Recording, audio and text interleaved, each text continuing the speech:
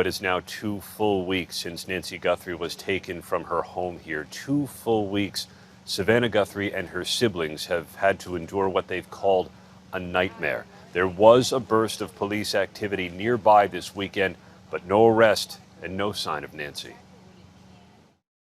This morning marks 2 weeks since police believe this masked, apparently armed man abducted Nancy Guthrie from her home in the dark of night. The sheriff said investigators were tracking leads when they descended on an affluent subdivision about 2 miles away from her home on Friday night. They blocked the street while a SWAT team, forensics investigators, and other law enforcement officials searched a home after obtaining a warrant. The sheriff's department said the warrant was based on a lead we received.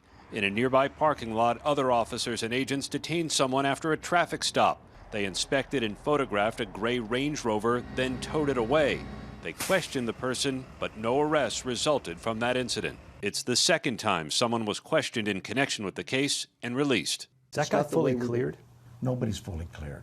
After FBI agents with a height chart erected a tent at Nancy Guthrie's front door, the sheriff told us investigators would return to take additional measurements, trying to build out a more substantial profile of the suspect. They've estimated his height at 5'9" or 5'10", and now they'll work on his weight and shoe size. More information for investigators and the public to go on.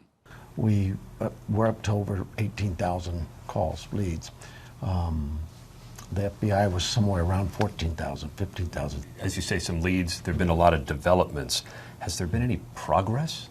I think so, absolutely. You know, we got 400 cops out there working this case. Those detectives recovered gloves during roadside searches within a few miles of Nancy Guthrie's home. The New York Post captured images of one of them. DNA was lifted from the gloves and is now being tested. DNA has also been discovered on Nancy Guthrie's property that did not belong to her or to those close to her. Well, they already have the genetic markers of those that we think had access to the home, rightfully so, the family, the landscapers. These 2 weeks, every twist and turn in the investigation have fascinated the public, but unsettled this community, troubled that in recent days there's been so little new information.